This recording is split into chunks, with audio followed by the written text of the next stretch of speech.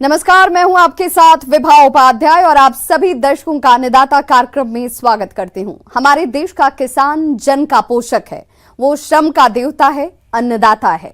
उसमें ही भारत की आत्मा निवास करती है और ऐसे ही किसानों की प्रगति के लिए हम खेती बाड़ी से जुड़ी हुई बहुत सी नई लाभकारी जानकारियां हर रोज सुबह लेकर आते हैं। तो चलिए कार्यक्रम शुरू करने से पहले देखते हैं क्या है आज के अन्नदाता में। ऑयस्टर मशरूम उगाएं, अधिक लाभ कमाएं।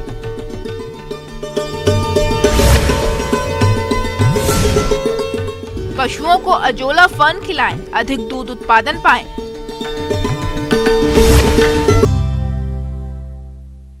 पिछले कुछ वर्षों में भारतीय बाजार में मशरूम की मांग तेजी से बढ़ी है। जिस हिसाब से बाजार में इसकी मांग है, उस हिसाब से अभी इसका उत्पादन नहीं हो रहा है। ऐसे में किसान मशरूम की खेती कर अच्छा मुनाफा कमा सकते हैं। तो जो किसान ऑयस्टर मशरूम की खेती करने जा रहे हैं, वे किस प्रकार से करें ऑयस्टर मशरूम का उत्पादन, इस बारे में जानकारी दे रहे हैं कृषि अनुसंधान केंद्र जालौर के डॉक्टर रतनलाल शर्मा। मशरूम जिसे अपन खुम्बी बोलते हैं और ये अपने को सामान्य वर्षा ऋतु में दिखाई देती है। तो मशरूम अभी वर्तमान समय में एक प्रोटीन का अच्छा स्रोत है और जिन किसान भाइयों के पास ज़मीन कम है वे इसकी खेती करके आमदनी को दुगना कर सकते हैं। ऑयस्टर मशरूम की खेती की लोकप्रियता देश में बड़ी है। कम लागत और कम जगह में ऑयस्टर मशरूम की खेती कर किसान अच्छा मुनाफा कमा सकते हैं। इसके लिए जरूरी है आप ऑयस्टर मशरूम की खेती उन्नत तरीके से करें। ऑयस्टर मशरूम है, इसकी खेती अपन प्राय वर्ष भर कर सकते हैं। ऑयस्टर मशरूम जिसे अपन ढींगरी मशरूम बोलते हैं, इसे प्लूरेटस बोलते हैं। इस मशरूम की खेती के लिए भूसा होना चाहिए। भूसा आपका गेहूं का, बाजरे का, जौ का, चावल का, इनमें से किसी का भी जो आपके पास अवेलेबल हो उसका भूसा होना चाहिए। इसके साथ आपको स्पान होना चाहिए। इसके लिए आपको क्या करना है कि सबसे पहले आपको 200 लीटर का ड्रम लेके उस ड्रम में 90 लीटर पानी डालना है और 90 लीटर पानी डालने के बाद उस ड्रम में 12 से 15 किलोग्राम भूसा, सूखा भूसा डाल के उसको भिगो देना चाहिए। इसके बाद आप एक अलग से बाल्टी लेके उस बाल्टी में 125 ml फॉर्मेलिन और 5 से 7 ग्राम बाविस्टिन मिलाकर उस पूरे विषय में डाल देना चाहिए और उसके बाद उसको मिक्स करके उसको एक पॉलीथीन से कवर करके टाइट बांध देना चाहिए। टाइट बांधने के बाद 10 से 12 घंटे बाद आप उसको कवर करके एक जो जालीदार है, उस जालीदार जो जाली है, उस जालीदार जाली को पहले फॉर्मेलिन से स्टरलाइज करके और उसके बाद उस पर आप उस भूसे को डाल दो। धूप में 2-3 घंटे बाद सुखाने के बाद आप देखोगे कि जब आपका जो भूसा है हाथ में लोगे तो हाथ में आपका हाथ तो गीला होना चाहिए बट उससे पानी नहीं निकलना चाहिए। उस कंडीशन में आपका भूसा मशरूम के बीज उत्पादन के लिए बेस्ट होता है। इसके लिए अब कमरे की बात करें तो कमरा आप चाहे ईंट का बना सकते हो, पॉलीथीन का बना सकते हो या पुआल, जो आपके पास पुआल है उसका भी आप कमरा बना सकते हो। कमरे को सबसे पहले बनाने के बाद उसमें खिड़कियाँ होनी चाहिए हवा के अच्छे वेंटिलेशन के लिए और इसके साथ उसमें जो पूरा कमरा है उस कमरे को आप 2% फॉर्मेलिन के घोल से उसको उपचारित करना चाहिए ताकि कमरे में जितने भी जो हानिकारक जीवाणु है, आपके कवक है, वो पूरे मर सके। इसके बाद जो आपका भूसा पूरी रात पर भिगोया है उस भूसे को आप सुबह सुखा के उसको अच्छे से और उसमें आप मशरूम का स्पान मिक्स कर सकते हो। किसान भाइयों, कई बार हमारे किसान स्पॉन को सही तरीके से भूसे में नहीं मिला पाते, जिससे उन्हें ऑयस्टर मशरूम का बहुत ही कम उत्पादन मिल पाता है। तो ऑयस्टर मशरूम से अधिक उत्पादन लेने के लिए भूसे में स्पॉन को उचित मात्रा में सही तरीके से मिलाएं। मशरूम का स्पान मिलाने के लिए आपके पास 2 प्रकार की विधि होती है। एक तो होता है लेयर मेथड और एक होता है मिक्सिंग मेथड। लेयर मेथड में आप क्या करोगे कि आपने एक लेयर पॉलीथीन के अंदर मशरूम के जो आपका भूसा है उस भूसे की डाली और दूसरी लेयर आप क्या करोगे मशरूम के स्पान की डाल दोगे और एक लेयर फिर आपने भूसे की डाली और फिर आप मशरूम के स्पान की डाल दोगे। मिक्सिंग मेथड में क्या करोगे, आप लोग 10 किलो भूसे के लिए 1 किलो बीज सफिशिएंट होता है। तो आपने 10 किलो भूसा लिया गिला और उसमें पूरा जो आपका बीज है उस बीज को मिक्स करके आप पॉलीथीन में भर दो। पॉलीथीन में भरने के बाद उसमें अच्छी प्रकार उसको टाइट बांधना चाहिए ताकि उसमें हवा पास ना हो और उसमें 10 से 12 होल कर देने चाहिए, छिद्र कर देने चाहिए। छिद्र करने से क्या होगा कि जो अतिरिक्त जो अंदर CO2 की मात्रा है वो बाहर निकल जाएगी, और अगर आपने गलती से मॉइस्चर रह गई, नमी रह गई, वो नमी भी बाहर निकल जाती है। इसके बाद उन पॉली बैग को आप या तो उसमें टेबल के ऊपर अपने कमरे में जहां आपने मशरूम कक्ष तैयार किया है, या फिर आप रस्सियों के सहारे से उनको बांध सकते हो, और उसमें बांधने के बाद उसको पूरे कमरे को बंद करके और 8-10 दिन बाद उसमें आप देखना कि प्रॉपर लाइटिंग की व्यवस्था और साथ में CO2 की मात्रा ज़्यादा नहीं है। अगर आपको लग रहा है कि CO2 की मात्रा ज़्यादा है तो आप लोग क्या करोगे, खिड़कियों को खोल देनी चाहिए। इसके साथ कमरे का तापमान 30 डिग्री सेंटीग्रेड से ऊपर नहीं जाना चाहिए। अगर इस केस में अगर कमरे का तापमान 30 डिग्री से ऊपर जा रहा है तो आप लोग उस कमरे में पानी का स्प्रे करते रहना चाहिए। लगभग 20 से 25 दिन बाद मशरूम के बैग से निकलना स्टार्ट हो जाता है, और मशरूम है उसकी हार्वेस्टिंग आप 20 से 25 दिन बाद कर लोगे। और पहली हार्वेस्टिंग करने के बाद आप 8 से 10 दिन बाद आप दूसरी हार्वेस्टिंग कर सकते हो। इस प्रकार ये जो मशरूम है, मशरूम ढींगरी जो आपकी ढींगरी मशरूम है, ये ढींगरी मशरूम लगभग 45 से 60 दिन में तैयार हो जाती है। और इसकी अगर अपन उपज की बात करें तो उपज लगभग एक बैग से जो पॉली बैग है उससे 2-3 किलो गीली मशरूम निकल जाती है। और आमदनी की बात करें, क्योंकि किसान भाइयों क्या होता है कि जैसे आपका जो ओयस्टर मशरूम है अभी वर्तमान समय में बड़े बड़े होटल्स में है, शादी वगैरह है, जो प्रोग्राम्स वगैरह में भी इसकी डिमांड बहुत रहती है, क्योंकि ये प्रोटीन का अच्छा स्रोत है। इसलिए आप एक बैग पे 15 से 20 रुपये का खर्चा आता है, और इसको आप लगभग 80-100 रुपये किलो मार्केट में आसानी से बेच सकते हो। इसके साथ अगर ऑफ सीजन में आप इसकी खेती कर रहे हो तो लगभग ये आपका 150 रुपये के आसपास जाता है, 150 रुपये किलो के आसपास जाता है, जिसमें आप अपनी इनकम को डबल कर सकते हो। ऑयस्टर मशरूम के उत्पादन में आपके सामने किसी प्रकार की समस्या नहीं आए, इसके लिए कुछ सावधानियों को ध्यान में रखना जरूरी है। तो ऑयस्टर मशरूम के उत्पादन के समय किन किन बातों का खास ध्यान रखें, आइए ये भी जान लेते हैं। इसमें ध्यान रखने योग्य बात यह है कि अगर आपको जो बैग, जिस बैग को अगर नीला, काला या हरा दिखाई दे रहा है बैग, तो उस बैग को आपको हटा देना चाहिए, क्योंकि उस बैग में फंगस की ग्रोथ हो चुकी होती है और वो बैग खराब हो चुका होता है। तो उस बैग को आपको हटा देना चाहिए। एक समय समय पर पानी का स्प्रे करते रहना चाहिए। हर तुड़ाई के पश्चात स्प्रे करना ज़रूरी है। इसकी मार्केटिंग की बात करें तो मार्केटिंग क्या होता है कि बड़े बड़े जो आपके 5 स्टार होटल्स है, आपके बड़ी मंडियां है, इसके साथ जो आसपास जो बड़े बड़े बाज़ार है उन बाज़ार में भी आप इसको बेच सकते हो। इसके साथ इसके आप बायो प्रोडक्ट भी आप बना सकते हो, जैसे आप इसका अचार बना सकते हो, साथ में आप इसका पाउडर बना सकते हो, मशरूम का सूप बना सकते हो। इन सब से क्या होता है कि जो ही आपकी मशरूम 80-100 रुपये किलो जाती है उसको आप डबल रेट में जस्ट बेच सकते हो, और इसको लंबे टाइम तक आप इसको भंडारण कर सकते हो। इस प्रकार जो ऑयस्टर मशरूम है वर्तमान समय में जो प्रोटीन के लिए और एक जो पेस्टिसाइड का जितना यूज़ हो रहा है उस यूज़ को कम करने के लिए, क्योंकि मशरूम में क्या होता है कि पेस्टिसाइड्स का स्प्रे ना के बराबर होता है। इससे क्या हो सकता है कि आप जो ऑर्गेनिक सब्जियां होती है और ऑर्गेनिक प्रोटीन सोर्स है वो आप इसको ले सकते हो, ताकि इसका मानव की स्वास्थ्य पर बुरा प्रभाव ना पड़े। किसान भाइयों, अब लेते हैं एक छोटा सा ब्रेक।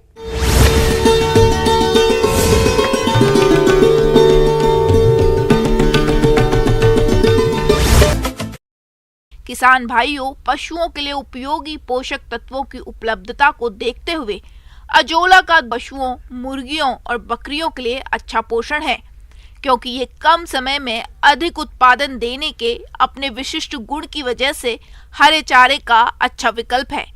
इसके अलावा वातावरण और जलवायु का अजोला उत्पादन पर कोई विशेष प्रभाव नहीं पड़ता। इस कारण से अजोला को देश के किसी भी हिस्से में उगा सकते हैं। तो आप किस तरह से करें अजोला उत्पादन, आइए जानते हैं विषय विशेषज्ञ डॉक्टर धर्मेंद्र कुमार से।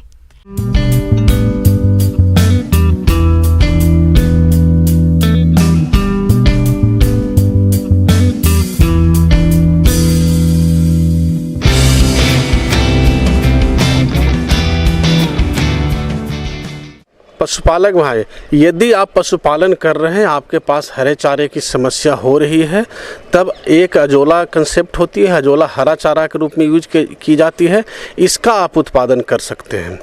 अजोला एक फर्न है जो कि थोड़े से पानी में ही उगाई जाती है। यदि कहीं पर पानी 1/2 फीट भी रहती है, जमा रहती है, वहाँ पर आप अजोला का उत्पादन कर सकते हैं और सालों भर उत्पादन कर सकते हैं। इसके लिए कोई सीजन या कोई मौसम की आवश्यकता नहीं होती है कि रबी में होगी, खरीफ में होगी, ये सालों भर होती है। अजोला सस्ता, सुपाच्य, पौष्टिक और पूरक पशु आहार है। इसे खिलाने से पशुओं के दूध में वसा व वसा रहित पदार्थ सामान्य आहार खाने वाले पशुओं की अपेक्षा अधिक पाए जाते हैं। ये पशुओं में बांझपन निवारण में उपयोगी है। साथ ही पशुओं को अजोला खिलाने से इनमें होने वाली पोषक तत्वों की कमी दूर हो जाती है, जिससे पशु स्वस्थ रहता है और अधिक दूध देता है। इसमें खूबी क्या है, ये पशुओं के लिए क्यों उपयोगी है? इसमें प्रोटीन की मात्रा की जब बात करते हैं तो सूखा भाग, यदि सूखा भाग की बात करते हैं तो सूखा भाग में लगभग 20 से 25% प्रोटीन होती है, जो कि आपके दाने की प्रोटीन से भी अधिक होती है। और ये दलहन वर्ग के जो हरे चारे पाए जाते हैं उससे भी अधिक प्रोटीन की मात्रा इसमें है। ये प्रोटीन की मात्रा के साथ साथ इसमें मिनरल भी अधिक होती है और विटामिन ए, विटामिन B12 इसकी मात्रा भी अधिक होती है, जिसके कारण ये पशुओं में उत्पादन क्षमता बढ़ाती है, पशुओं में रोग प्रतिरोधक क्षमता भी विकसित करती है और एक दूसरे भोजन को भी सुपाच्य करती है। अब इसका उत्पादन हम कैसे कर सकते हैं? इसके उत्पादन करने के लिए बहुत बड़े खेत की आवश्यकता नहीं होती है। इसके उत्पादन के लिए आपको नेट शेड तो बनानी ही पड़े कि डायरेक्ट सूरज की रोशनी नहीं पड़े और ज़्यादा ठंड भी ना हो। तो इसके लिए क्या करें, या तो पेड़ की छांव में या आप नेट शेड ग्रीन जो दिख रहा है आपको, इसका उपयोग कर सकते हैं, जिससे कि डायरेक्ट सनलाइट नहीं आएगी। वैसे आज के समय में अजोला की कुछ उन्नत किस्में हैं जिन्हें उगाकर अच्छा उत्पादन लिया जा सकता है। अजोला की उन्नत प्रजातियां अजोला पित्रेटा, कैरोलिएना, माइक्रोफिला में से किसी प्रजाति का चयन करके उत्पादन कर सकते हैं। उसके बाद आपको एक पीट बनानी है, जो कि नीचे प्लास्टिक शीट देकर भी बना सकते हैं और उस पीट में लगभग 15 से 25 सेंटीमीटर तक की हाइट पर पानी जमा रहनी चाहिए। इतना पानी यदि जमा रहती है, इसके बाद क्या करना है, नीचे में 2 से 3 किलो कच्चा गोबर डाल दें या उपजाऊ खेत है उसकी मिट्टी लाकर नीचे डाल दें, उसको एक बार मिला दें, उसके बाद बैठने दें। बैठने के बाद क्या होगा कि अजोला का कल्चर कहीं से लेकर आएँ और उसमें डाल दें। हो सके तो 100 से 200 ग्राम सुपर फॉस्फेट खाद भी डाल दें इसमें, जिससे कि ग्रोथ अधिक मिलेगी। और यदि 6 बाई 4 फीट का यदि आप एक पीट बनाते हैं तो आप 1 किलो अजोला प्रत्येक दिन उत्पादन कर सकते हैं, जो कि अपने पशुओं को खिलाई जा सकती है। और जितनी क्षमता आपके पास पशु की है उसके अनुसार ऐसा पीट आप बना सकते हैं, जिससे कि सालों भर कुछ न कुछ हरा चारा आपके पशु को मिलते रहे। किसान आसानी से अजोला उगाकर पशु पक्षियों को खिला सकते हैं, जिससे उनकी वृद्धि विकास अच्छा होगा और व्यवसाय में भी मुनाफा अधिक मिलेगा। तो चलिए जानते हैं अजोला में पाए जाने वाले पोषक तत्व और पशुओं को खिलाने की मात्रा के बारे में। तो कम से कम जितना दाना दे रहे हैं 1:1 का रेशियो में, 1:1 के रेशियो में उसको खिला सकते हैं। 4 किलो दाना दे रहे हैं तो 4 किलो आप अजोला भी उसको मिक्स करके खिला सकते हैं। ऐसे 1 से 2 किलो भी यदि मिल जा रही तो बहुत अच्छी रहेगी। और इसके साथ साथ क्या करना है आपको, लेकिन खिलाने के पहले ध्यान देनी है कि इसमें आप गोबर डालें या मिट्टी डाल रहे हैं तो हो सकता है गोबर का गंध इसमें रहे। तो पीठ से निकालने के बाद इसको क्या करना है, सबसे पहले पानी से 2-3 बार धुलाई कर देना है, जिसके कारण उसका दुर्गंध समाप्त हो जाएगी। उसके बाद पशु को इसको खाने के लिए देना है। और पशु के साथ साथ मतलब दुधारू पशु के साथ साथ इसे मुर्गी को भी खिलाई जा सकती है, बकरी को भी खिलाई जा सकती है। और जहाँ तक संभव हो तो इसको भूसा के साथ मिलाकर भी दे सकते हैं, जिससे क्या होगा, भूसा भी सुपाच्य हो जाएगी। क्योंकि इसकी खुद की पाचन क्षमता बहुत अच्छी है, मतलब बहुत ज़्यादा सुपाच्य है, तो दूसरे को भी पैलेटेबल ही बना देगी और सुपाच्य भी बना देगी। इसको खिलाने से जो देखा गया है लगभग 20 से 25% तक दूध में बढ़ोतरी होती है। और इसके साथ साथ दूध की गुणवत्ता में भी बढ़ोतरी होती है और गुणवत्ता के साथ साथ पशु के रोग प्रतिरोधक क्षमता विकसित करते हैं, जिसके कारण बीमारी से ही बचाती है। इसलिए कोई भी पशुपालक है तो अजोला का उत्पादन जरूर करें, जिससे कि हमको सालों भर हरा चारा पशु को दे सके और हमारे पशु स्वस्थ रहे।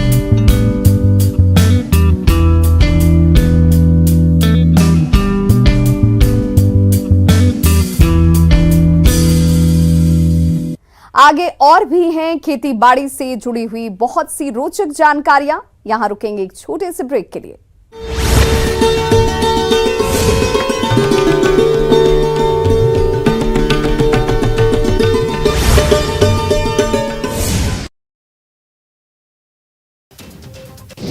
प्रधानमंत्री मोदी ने खेड़ा में एक रैली को संबोधित करते हुए कहा कि गुजरात लंबे समय से आतंकवाद का निशाना रहा है। गुजरात के लोग सूरत और अहमदाबाद में विस्फोटों में मारे गए तब कांग्रेस केंद्र में थी, देश में आतंकवाद चरम पर था।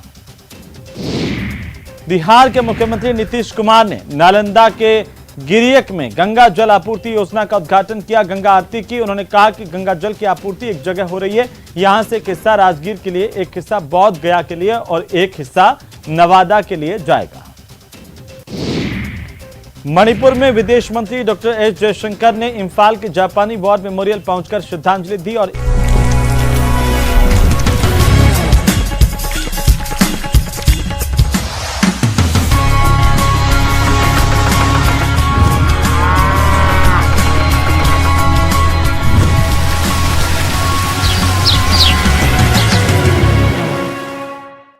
ब्रेक के बाद एक बार फिर से आप सभी दर्शकों का अन्नदाता कार्यक्रम में स्वागत है।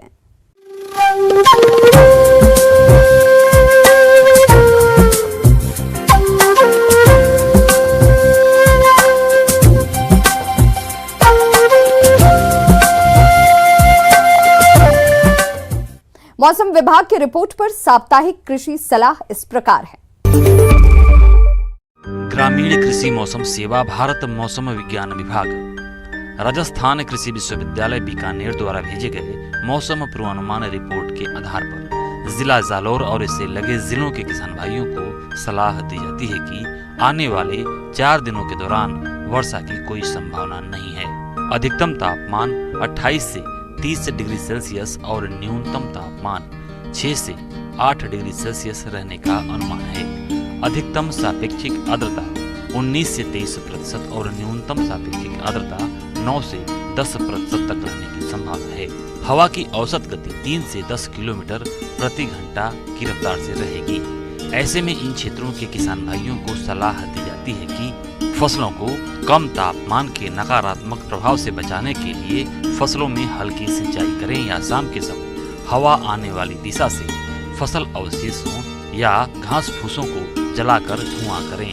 किसान भाइयों को सलाह दी जाती है कि वर्तमान और पूर्वानुमानित मौसम परिस्थितियां जीरे की बुआई के लिए अनुकूल है, अतः बुआई जल्दी पूरा करें और उन्नत किस्मों जैसे RZ19, RZ209, RZ223, GC4 आदि के बीज काम में लेवें। जीरा की बुआई के लिए 12 से 15 किलोग्राम बीज प्रति हेक्टेयर की दर से काम में लेवें। किसान भाइयों को सलाह दी जाती है कि जीरे के बीज को 2 ग्राम कार्बेंडाजिम या 4 ग्राम ट्राइकोडर्मा विरिडी प्रति किलोग्राम बीज की दर से उपचारित करके ही बुआई करें और खरपतवार नियंत्रण के लिए पेंडिमिथालिन 4.5 मिलीलीटर प्रति लीटर पानी के हिसाब से घोल बनाकर प्रति हेक्टेयर की दर से बुआई के बाद या अंकुरण से पहले प्रयोग करें। किसान भाइयों को सलाह दी जाती है कि जीरे के बीज को जीवाणु खाद जैसे एजोटोबैक्टर और PSP कल्चर से उपचारित अवश्य करें और बुआई से पहले आखिरी जुताई के समय मृदा स्वास्थ्य कार्ड की सिफारिश के अनुसार या सिफारिश के अभाव में 20 किलोग्राम फास्फोरस यानी 44 किलोग्राम DAP और 30 किलोग्राम गंधक प्रति हेक्टेयर की दर से देवें। किसान भाइयों को सलाह दी जाती है कि गेहूं की बुआई का उचित समय नवंबर का द्वितीय पखवाड़ा है, अतः बुआई के लिए उन्नत किस्मों के बीज, खाद और उर्वरक बीज उपचार के लिए रसायनों की व्यवस्था कर लें। गेहूं की बुआई के लिए उन्नत किस्मों के बीज जैसे राज 4037, राज 4079, राज 4083, राज 8120 और HD 2967 काम में लेवें। अनावृत कंडवा रोग से बचाने के लिए बुआई से पहले बीजों को विटावैक्स नामक दवा की 2 ग्राम मात्रा से प्रति किलोग्राम बीज को उपचारित करके ही बुआई करें। किसान भाइयों को सलाह दी जाती है कि गेहूं की बुआई से पहले आखिरी जुताई के समय मृदा स्वास्थ्य कार्ड की सिफारिश के अनुसार या सिफारिश के अभाव में 60 किलोग्राम नाइट्रोजन के लिए 96 किलोग्राम यूरिया, 40 किलोग्राम फास्फोरस के लिए 87 किलोग्राम DAP और 20 किलोग्राम पोटास के लिए 33 किलोग्राम MOP प्रति हेक्टेयर की दर से दे दें। किसान भाइयों को सलाह दी जाती है कि बेर में अभी फूल से फल बनने की अवस्था चल रही है, अतः भारी सिंचाई न करें। गेंदा की उपयुक्त प्रजाति पूसा नारंगी का नर्सरी बनाकर पौध तैयार करें और तैयार पौध का रोपण करें। फल मक्खी के नियंत्रण के लिए प्रकाश जाल एवं फेरोमोन ट्रैप का उपयोग करें। फसलों में उर्वरकों का प्रयोग मृदा स्वास्थ्य कार्ड की अनुशंसा के अनुसार ही करें। किसान भाइयों को सलाह दी जाती है कि पशुओं को सर्दी से बचाव के लिए रात के समय पशु बाड़े के अंदर ही बांधें। दुधारू पशुओं में थनैला रोग से बचाव के लिए दूध निकालने से पहले और बाद में थनों को 1% पोटेशियम परमैंगनेट, जिसे पीपी लोशन के नाम से भी जानते हैं, या आइडोफोर घोल से धोएं। मुर्गी के चूजों में रानीखेत बीमारी के नियंत्रण के लिए F1 या लसोटा स्ट्रेन का टीका लगवाएं। इस समय गौवंशी पशुओं में वायरस डिजीज लंपी बीमारी का प्रकोप चल रहा है। इसमें त्वचा पर फफूंदी पड़कर टूटते हैं। लक्षण दिखाई देने पर नजदीकी पशु चिकित्सालय में टीकाकरण करवाएं।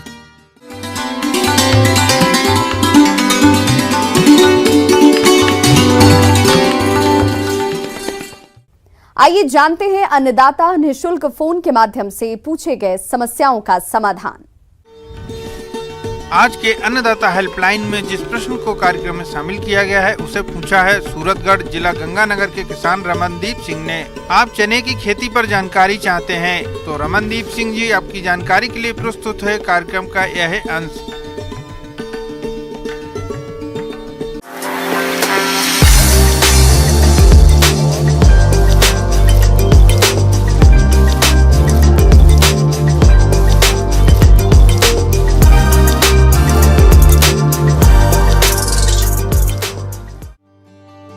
चना भारत की सबसे महत्वपूर्ण दलहनी फसल है, जिसे दालों का राजा भी कहा जाता है। इसमें 21% प्रोटीन, 61.5% कार्बोहाइड्रेट और 4.5% वसा होती है। इसके अलावा इसमें कैल्शियम, आयरन की भी अच्छी मात्रा होती है। चने का उपयोग दाने और दाने से बनाई गई दाल के रूप में खाने के लिए किया जाता है। इसके दानों को पीसकर बेसन भी बनाया जाता है, जिससे अनेक प्रकार के व्यंजन और मिठाइयाँ बनाई जाती है। इसके अतिरिक्त चने का उपयोग औषधि के रूप में जैसे खून साफ करने के लिए और अन्य बीमारियों के लिए भी किया जाता है। चना दलहनी फसल होने के कारण वायुमंडल से नाइट्रोजन एकत्र करके भूमि की उर्वरा शक्ति को भी बढ़ाता है। किसान भाइयों, चना शुष्क और ठंडे जलवायु की फसल है। इसके लिए मध्यम वर्षा और सर्दी वाले क्षेत्र सर्वाधिक उपयुक्त हैं। चना की खेती सिंचित और असिंचित दोनों ही क्षेत्रों में मुख्य रूप से की जाती है। इसकी खेती के लिए भारी और दोमट मिट्टी उपयुक्त होती है। खेत की तैयारी के समय एक जुताई मिट्टी परतने वाले हल से और 2 जुताई देशी हल या कल्टीवेटर से करके पाटा लगाकर खेत को भुरभुरा करके समतल कर लेना चाहिए। अब बात आती है खाद और उर्वरक प्रबंधन की, तो बुआई के समय 20 टन सड़ी हुई गोबर की खाद, 100 किलोग्राम DAP, 32 किलोग्राम MOP और 25 किलोग्राम सल्फर का प्रयोग करें, जिससे आपकी फसल की बढ़वार अच्छी होगी। किसान भाइयों, चना की फसल से अधिक पैदावार लेने के लिए इसकी उन्नत प्रजातियों का चयन करना अनिवार्य होता है। तो आप इसी बात को ध्यान में रखते हुए चना की उगटा अवरोधी उन्नत प्रजातियां राधे अवरोधी KWR 108, KGD 1168, उदय, पूसा, BG 27 का चयन करें, जिनकी औसत उपज क्षमता 25 से 30 कुंतल प्रति हेक्टेयर है। और काबुली चना में काबुली चना 2, प्रगति, शुभ्रा, उज्जवल, हरा छोला 3 प्रजातियों का चयन करें, जिनकी औसत उपज क्षमता 18 से 20 कुंतल प्रति हेक्टेयर है। और बीज दर की बात है तो चना की देसी प्रजातियों का 70 से 80 किलोग्राम बीज और काबुली चने का 90 से 100 किलोग्राम बीज प्रति हेक्टेयर आवश्यकता पड़ती है। किसान भाइयों, बीजों को हमेशा किसी विश्वसनीय और प्रमाणित संस्था से ही खरीदे और रोगों से बचाने के लिए थीरम 3 ग्राम से प्रति किलोग्राम बीजों को उपचारित करें। इसके बाद 200 ग्राम राइजोबियम कल्चर के एक पैकेट से 10 किलोग्राम बीजों को उपचारित करके बुआई करें।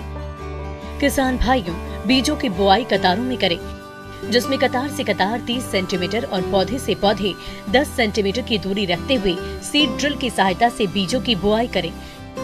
किसान भाइयों, चना की फसल को खरपतवारों से बचाने के लिए पेंडिमेथिलीन की 3.3 लीटर मात्रा को 700 से 800 लीटर पानी में घोलकर बुआई के 2 दिनों के अंदर स्प्रे करें, जिससे खरपतवारों का जमाव नहीं होगा। और फसल खरपतवार मुक्त रहकर बढ़वार अच्छी करेगी। परिणाम स्वरूप किसान भाइयों को ऐसी फसल से उपज भी अधिक मिलेगी। किसान भाइयों, कृषि संबंधित समस्या और सुझावों के लिए आप हमें इस पते पर संपर्क कर सकते हैं।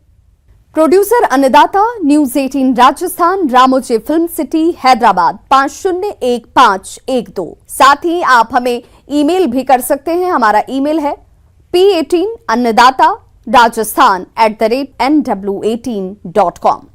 इसके अतिरिक्त आप हमें निःशुल्क हेल्पलाइन नंबर 180088922163 पर सोमवार से शनिवार सुबह 10 बजे से शाम 4 बजे के बीच संपर्क भी कर सकते हैं। अब समय हो रहा है आपसे विदा लेने का। कल फिर होगी मुलाकात कृषि से जुड़ी महत्वपूर्ण जानकारियों के साथ। नमस्कार।